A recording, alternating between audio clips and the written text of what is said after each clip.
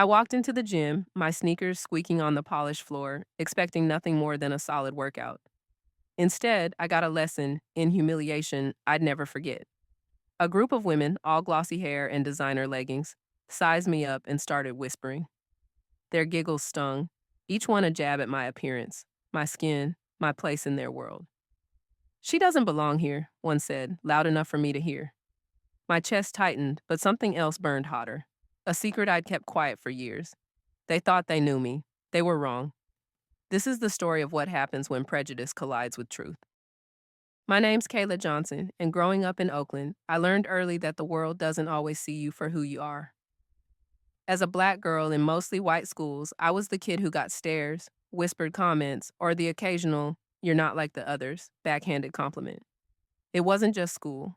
At 16, I applied for a cashier job at a grocery store, and the manager took one look at me and said, "We need someone who fits our image." I didn't get the job. Those moments piled up, each one a reminder that people judged my skin before my skills. But I found my escape in jujitsu. I started training at a small dojo near my house, drawn to the mats because they didn't care about my color or my size. They only cared about technique. For years, I practiced in secret, not because I was ashamed, but because I didn't want the attention. I just wanted to be good, really good. By 25, I had a brown belt, but to the world, I was still just an ordinary woman who didn't look like much. That's why I joined the new gym in the ritzy part of town. I wasn't chasing status or trying to prove a point. I just wanted a place to train, to push myself, to feel the strength I'd built over years of sweat and bruises. But every time I walked into a new space, I felt it. The weight of eyes sizing me up, deciding I didn't belong. People saw my frame, my braids, my quiet demeanor, and assumed I was weak, out of place, or just there to try something new.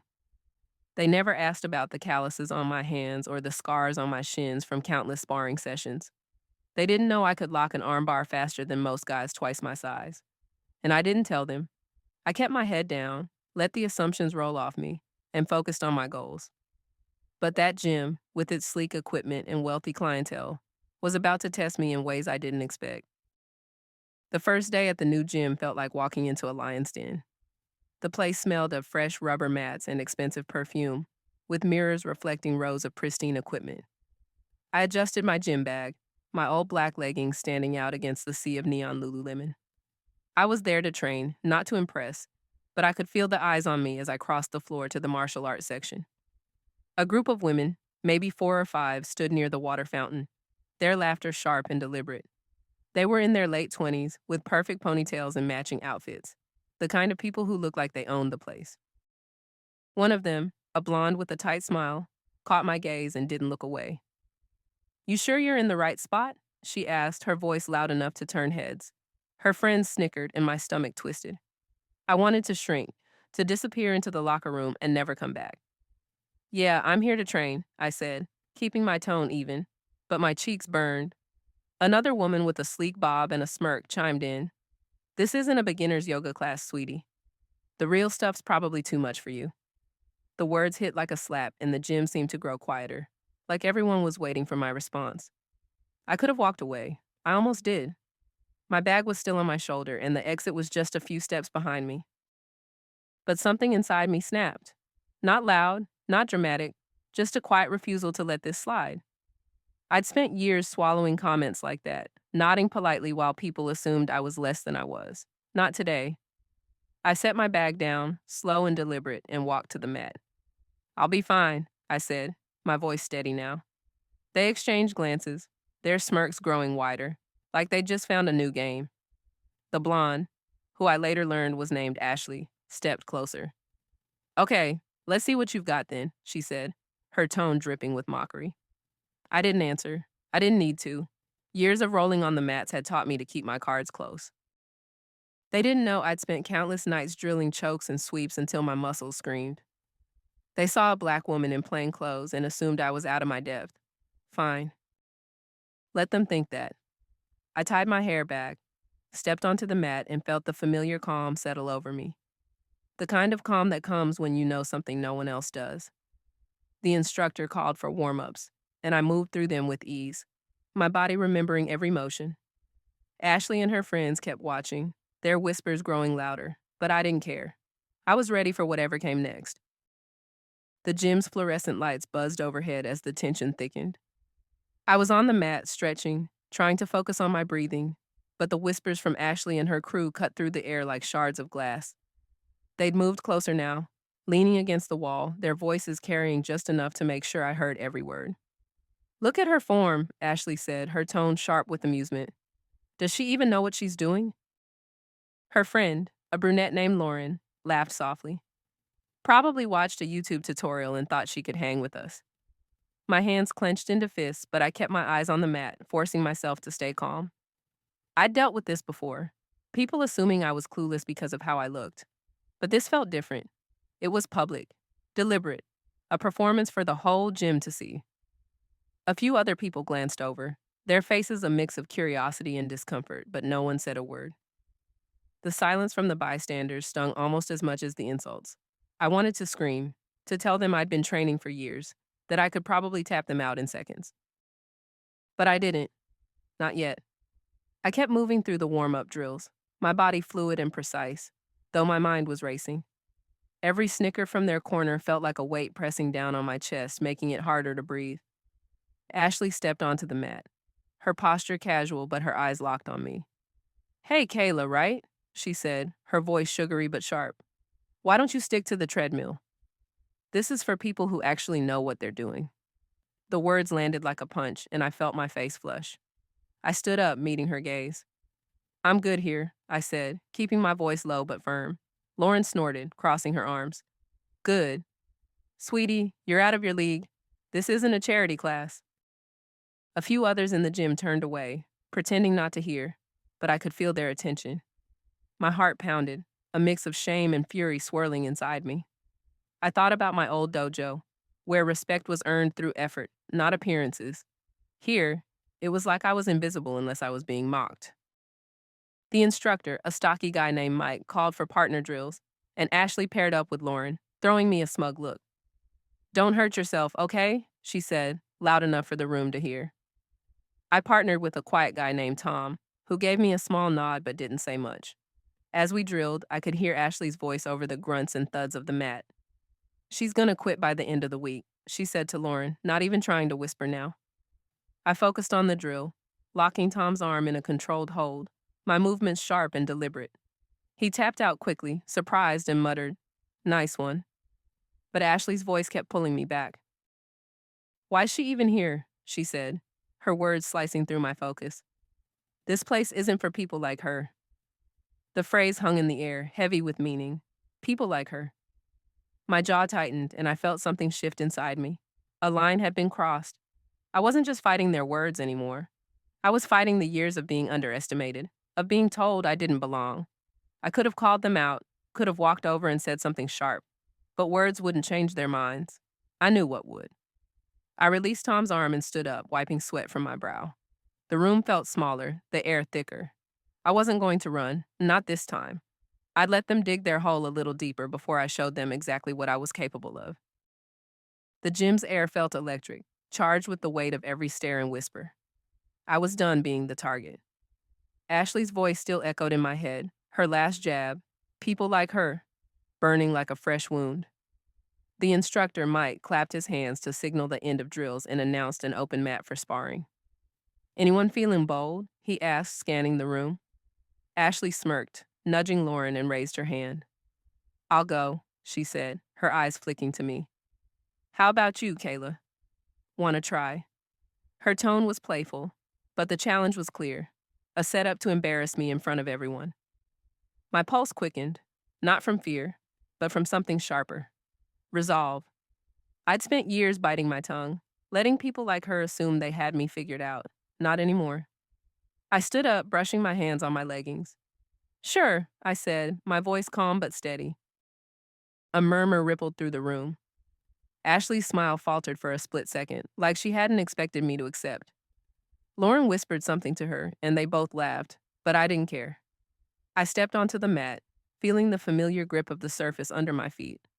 This was my territory, even if they didn't know it yet. Mike paired us up, giving me a quick glance, like he was checking if I was serious. I nodded, tying my hair back tighter. Ashley strutted to the center, her posture all confidence, like she'd already won. "Don't worry," she said, loud enough for the crowd to hear. "I'll go easy on you." The words were meant to sting, but they only fueled me. I took my stance, knees bent, hands loose, eyes locked on hers. The room went quiet, the only sound the faint hum of the air conditioner. Mike blew the whistle and Ashley moved first, lunging for a sloppy takedown. I sidestepped, smooth and controlled, letting her momentum carry her forward. In one fluid motion, I grabbed her wrist, pivoted, and swept her legs. She hit the mat hard, a gasp escaping her lips. The gym froze. Lauren's jaw dropped, and even Mike raised an eyebrow. Ashley scrambled to her feet, her face red, not from exertion, but embarrassment. "Lucky move," she muttered, brushing off her leggings. She came at me again, harder this time, but I was ready. I ducked under her arm, wrapped my legs around her waist, and pulled her into a guard. Before she could react, I transitioned to a triangle choke, my thighs locking around her neck. She tapped out in seconds, her hands slapping the mat frantically. I released her and stood up, my breathing steady, my heart pounding with something close to triumph. The room was silent, every eye on me. Ashley stayed on her knees, catching her breath, her confidence shattered. "What the hell was that?" she sputtered, looking at me like I betrayed some unspoken rule. I didn't answer. I didn't need to. The mat had spoken for me. Tom, my earlier drill partner, let out a low whistle. "Damn, Kayla," he said, a grin spreading across his face. A few others nodded, their expressions shifting from curiosity to respect. Ashley got up, her face a mix of shock and anger, but she didn't say another word. Lauren stood frozen, her arms crossed, like she couldn't process what had just happened. Mike stepped in, his voice breaking the silence. "Nice technique, Kayla." "Where'd you train?" I shrugged, keeping it light. "Around," I said, but inside I was screaming. I'd spent years hiding my skill, not wanting to draw attention, but in that moment I felt seen. Not as a black woman they could dismiss, but as someone who belonged. The shift was subtle, but seismic. I wasn't just the weak girl anymore. I was the one who'd flipped the script. The mat still vibrated under my feet as I stepped back, my breath steady but my mind racing. Ashley stood across from me, her face flushed, her eyes darting between anger and disbelief. The gym, once buzzing with whispers, was now a vacuum of silence, every pair of eyes fixed on us. I could feel the shift, like the air itself had changed. Lauren, still by the wall, uncrossed her arms, her mouth slightly open, as if she couldn't find words. For the first time since I'd walked in, I wasn't invisible. I was the center of the room, and it felt both heavy and liberating. Mike, the instructor, broke the tension. "All right, let's keep it moving," he called, but his gaze lingered on me, a flicker of respect in his eyes. "Kayla, want to go another round?" I nodded, wiping sweat from my forehead. "I'm good," I said, my voice calm but firm. I wasn't here to gloat. I just wanted to train. But the moment had already done its work. Ashley brushed past me, muttering something under her breath, and rejoined her friends. They huddled together, their whispers now frantic, their confidence unraveling. I caught fragments. "How did she?" And "She's not even..." But I tuned them out. I didn't need their validation. I never had. Mike paired me with Tom again, and we started rolling. My movements were sharp, deliberate, each technique flowing from years of practice. I locked in an armbar, then transitioned to a Kimura, letting Tom tap out before resetting. He grinned, shaking his head. "You've been holding out on us," he said, his tone light but genuine. I shrugged, offering a small smile. "Just here to train," I replied. But as we continued, I noticed others watching, not with judgment, but with curiosity. A guy named Chris, one of the senior students, approached after the round. "Where'd you learn that?" he asked, his voice free of the condescension I'd come to expect. "Local dojo years ago," I said, keeping it vague. He nodded, impressed. "You're legit," he said, and for the first time, I felt like someone in this gym saw me for my skill, not my skin. As the session went on, I kept sparring, each roll a chance to show what I could do. I wasn't flashy, no wild spins or showy moves, just clean, precise jujitsu. A choke here, a sweep there, each one executed with the kind of control that comes from countless hours on the mat. The more I moved, the more the room's energy shifted. People stopped whispering about me and started watching, Even Mike joined in, testing me with a roll. He was good, black belt, years of experience, but I held my own, countering his guard passes and nearly catching him in a guillotine. When we finished, he clapped me on the shoulder. "You're a problem," he said, half laughing, half serious. It was the kind of respect I'd earned in my old dojo. But here, in this polished gym, it felt like breaking through a wall. Ashley and her crew weren't laughing anymore. They stood off to the side, their faces a mix of embarrassment and resentment. Lauren tried to play it off, saying loudly, "She just got lucky," but no one was buying it. The truth was out. I wasn't the weak outsider they'd painted me as. I was a brown belt, a grappler who could hold her own against anyone in the room. But it wasn't just about me anymore. Their comments, their assumptions, weren't just personal. They were part of something bigger.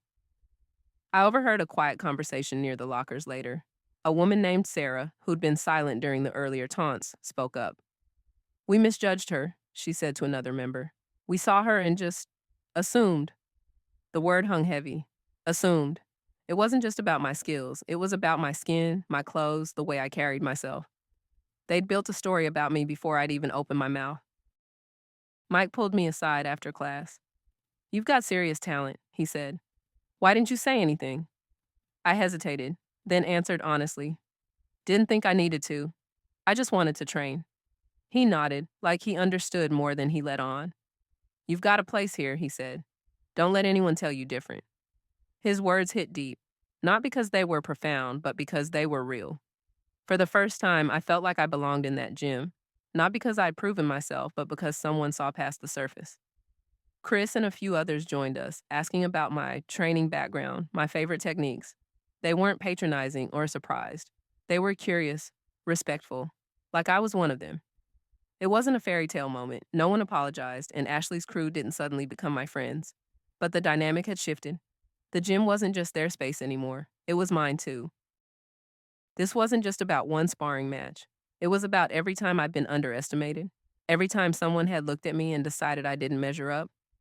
I thought about the grocery store manager, the teachers who'd overlooked me, the strangers who'd crossed the street when I walked by. Their assumptions weren't just about me. They were about a system that made it easy to dismiss people like me. That day on the mat, I hadn't just tapped out Ashley. I'd exposed the lie they'd all bought into. And as I packed my bag, I felt a quiet strength settle in my chest. I wasn't here to prove them wrong. I was here to be myself. And that was enough. The gym felt different the next week, like the air had been cleared of something heavy. I walked in, my bag slung over my shoulder, and for once, the stares didn't feel like daggers. People nodded as I passed, some offering small smiles, others just watching with a new kind of curiosity. The mat was still my sanctuary, but now it was also my stage.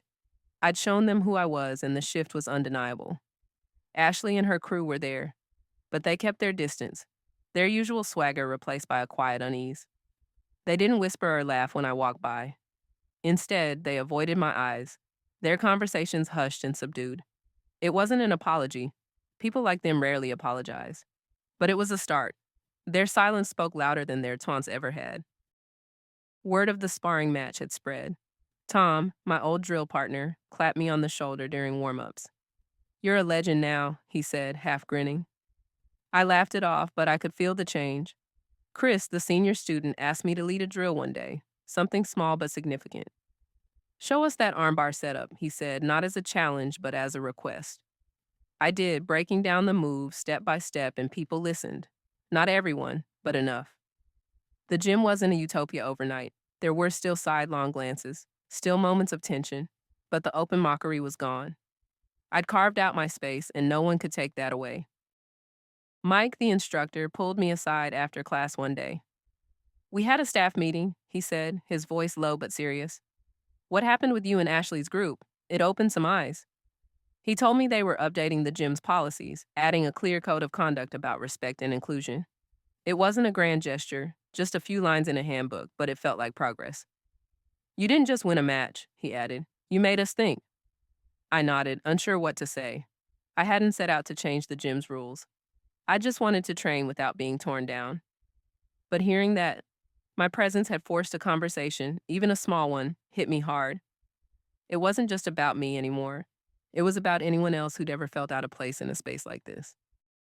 Ashley's crew lost their shine in the weeks that followed. They still showed up, but their influence had faded. People didn't flock to them like before, and their loud performative confidence seemed hollow now. One day, I overheard Lauren talking to another member, her voice low. "We didn't know she was that good," she said, almost defensive. I didn't stop to listen, but the words stuck with me. They hadn't known because they hadn't bothered to look. They'd seen my skin, my plain clothes, and decided I was less. Now they couldn't unsee the truth. It wasn't revenge, but it was justice. Quiet, undeniable, and earned. For me, the real victory wasn't in their silence or the gym's new rules. It was in how I felt walking onto that mat every day. I wasn't carrying the weight of their assumptions anymore. I stood taller, moved with more ease, spoke up when I had something to say. During one session, a new girl, nervous and unsure, paired with me for drills. She fumbled her grips, her face tight with worry. I showed her how to adjust, kept my tone patient, and saw her relax. "Thanks," she said, her voice small but grateful. That moment wasn't about jujitsu. It was about making sure she didn't feel the way I had. I'd proven I belonged, not just to them, but to myself. And that was enough to change how I carried myself. Not just in the gym, but everywhere. The gym became a place where I could breathe again. I wasn't naive. Prejudice doesn't vanish because of one good day. But I'd shown that it could be challenged, one action at a time. I kept training, kept improving, and started noticing others like me. People who didn't fit the gym's usual mold, showing up more often. Maybe it was a coincidence, maybe not. Either way, I felt like I'd left a mark, not just on the mat, but on the space itself. Months later, the gym wasn't just a place to train, it was a place I belonged. I'd walk in, and the nods from Tom, Chris, and even Mike felt like home. The mat was still my refuge, but now it was also a platform. I'd earned my spot, not just with my skills, but by standing firm. Ashley and her crew still came around, but they kept their heads down, their once loud presence now a shadow. I didn't gloat. I didn't need to. I'd already won something bigger than their approval, my own peace. I started noticing new faces, people who, like me, didn't quite fit the gym's polished mold. A shy teenager named Mia caught my eye one day, her hands trembling as she tried a basic guard pass. I remembered that feeling, the weight of being watched, judged. I paired with her, showed her how to move her hips to break posture. "You've got this," I told her, keeping my voice steady. Her small smile was worth more than any tap out. That's when I knew I wanted to do more.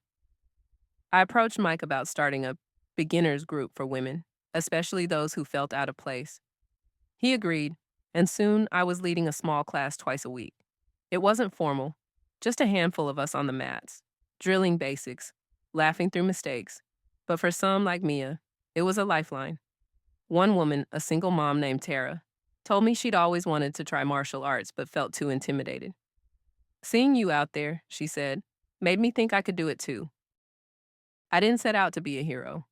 I just wanted to give others what I'd fought for, a chance to feel strong, to belong. The group grew, and so did the conversations.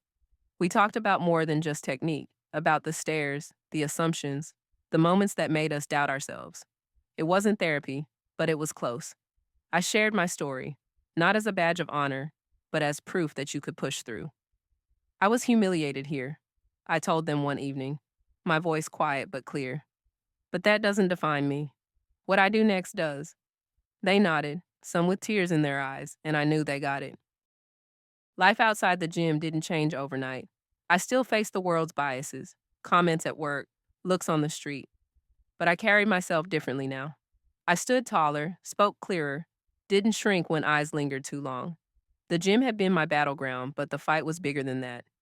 It was about believing in my own worth, no matter what anyone else thought. I kept training, kept teaching, kept showing up. And every time I helped someone else step onto the mat, I felt like I was rewriting a small part of the story, not just mine, but theirs too. Thank you for letting me share my story and for the support in bringing it to life. It means a lot to know someone out there cares about what I went through. I poured my heart into those moments on the mat, and I'm grateful it resonated. If you've got any thoughts or questions, I'd love to hear them. Here are a few things I'm curious about. Did any part of my story hit close to home for you? Maybe there's a moment you'd want me to dive deeper into. like how I felt facing Ashley's taunts or finding my place in the gym. Would you want to hear more about what I'm doing now, helping others in the gym, or maybe another time I had to stand up for myself? Let me know what's on your mind. I'm all ears and ready to keep this conversation going.